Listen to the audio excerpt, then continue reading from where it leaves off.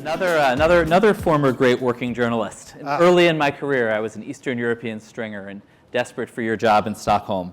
And thank you so much for joining us.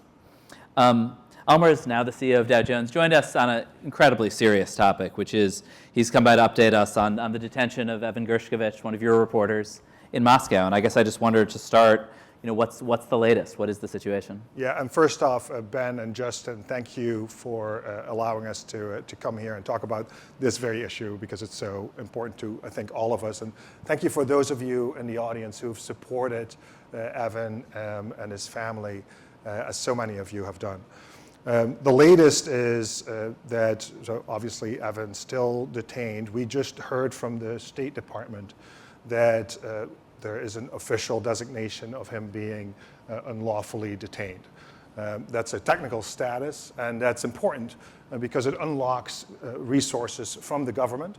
It centralizes and facilitates coordination among the different government departments. And we've been waiting for that status for quite a number of days. And so it shows the commitment that the US government has to prioritize the release of Evan. And so that's one thing. Our lawyers, the ones that we've retained for Evan that are working with him, we hope that they will get to see him again soon. And in addition, it's been odd that the consul, the US consul, has not been able to see Evan, which is a breach of protocol, even in an espionage case, in this case completely false.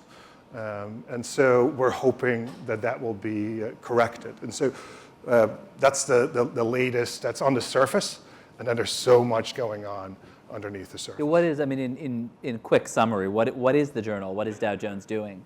Like, what are your top priorities? Yeah, top priorities, of course. We are not going to rest until Evan is released, and that's the sole focus. We have our team of lawyers on this case. We have retained lawyers, of course, in Moscow. We're working with the government. People are working, our teams are working day and night, and have been since this occurred. There's a lot of grassroots support in the newsroom. A lot of colleagues are taking this very, very seriously and personally. And so you've seen a lot of expression of support, a lot of action on social media. There is contact internationally to try and make sure that there's a constant focus on his release. And we also have to, one way or another, keep the attention focused on this. And in addition to that, Emma Tucker, who is a new editor, as you know, for the Wall Street Journal, has not only led the newsroom really well during this very, very sensitive period, but also has overseen very strong coverage. That's also important. So those are two separate paths.